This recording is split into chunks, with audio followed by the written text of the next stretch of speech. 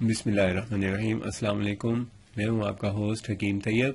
High viewers, آپ کو اپنے چینل پہ خوش آمدید کہتا ہوں۔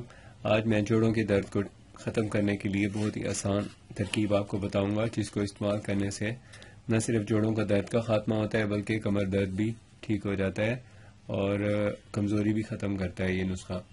تو یہ جو اس کو بنانے کا جو اس میں اجزاء استعمال ہوتے ہیں وہ بھی آپ کو بتا دیتا ہوں، اور اس کے استعمال کا طریقہ بھی آپ کو آسان جو ہے وہی بتا دیتا ہوں۔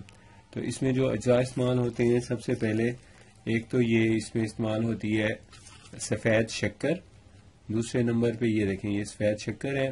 دوسرے نمبر پہ اس میں ایک جوشانہ استعمال ہوتا ہے، اور تیسرے نمبر پہ اس میں یہ چھوٹی الائچی اور سفید مرچ کا استعمال ہوتا ہے، اور چوتھے نمبر پہ اس کے اندر یہ اسمن کے پتے استعمال ہوتے ہیں۔ یہ دیکھیں، یہ ہے یہ چیزیں۔ اب استعمال کیسے کرنی ہے، بنانے کا طریقہ یہ ہوتا ہے کہ آپ نے یہ لے لینے ہیں اسمن کے پتے۔ یہ پورا پودا مل جاتا ہے، اگر پودا نہ ملے تو آپ اس کے بیج بھی لے سکتے ہیں۔ اگر اس کے بیج لیں گے تو اس شکل کے ہوں گے، ایسے ذرا یہ وائٹ کلر کے ہیں، وہ ہوں گے ایسے براؤن سے کلر کے اور نوکیلے ہوں گے۔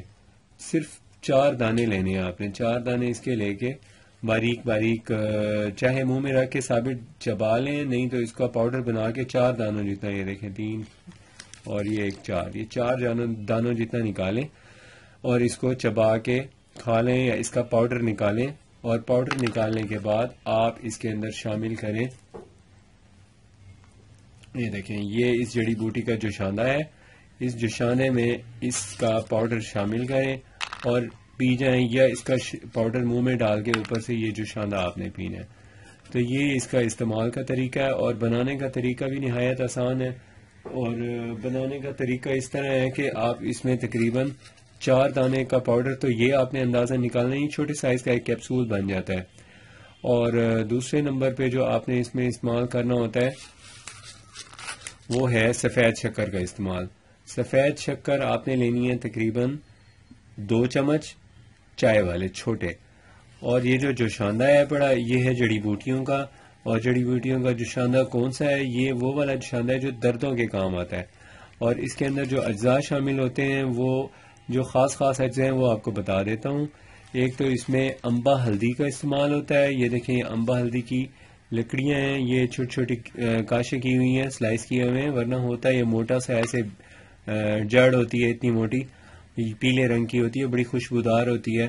اور اس کے ساتھ یہ تھوڑے سے یہ پتے ہیں بڑے، یہ افتیمون کے پتے ہیں، اور یہ اس طرح کے وہ پتے ہوتے ہیں افتیمون کے، وہ اس میں ڈلتے ہیں، اور 2 دانے اس میں اناب کے ڈلتے ہیں، یہ والے۔ بس یہ اس کے جو انگریڈینٹس ہیں۔ اس میں آپ نے تقریباً 1 گلاس پانی ڈالنا ہے۔ 1 گلاس پانی ڈالنے کے بعد اس کو اچھی طرح بوائل کرنا ہے۔ بوائل کر کے جب اتاریں تو اس کے اندر 2 چمچ اس کے سفید شکر کے شامل کر دیں۔ سفید شکر شامل کرنے کے بعد آخر میں جو آپ کو بتایا ہے، اس کے جو آپ صفوف بنائیں گے، اس کے 4 دانوں جتنا آپ نے اندازے سے پھانک لینا ہے۔ بالکل محفوظ ہے، کسی قسم کا کوئی مضر اثرات نہیں ہے، نو سائیڈ ایفیکٹ اس کے، اور ہیلتھ فرینڈلی ہے، نیچرل ہے۔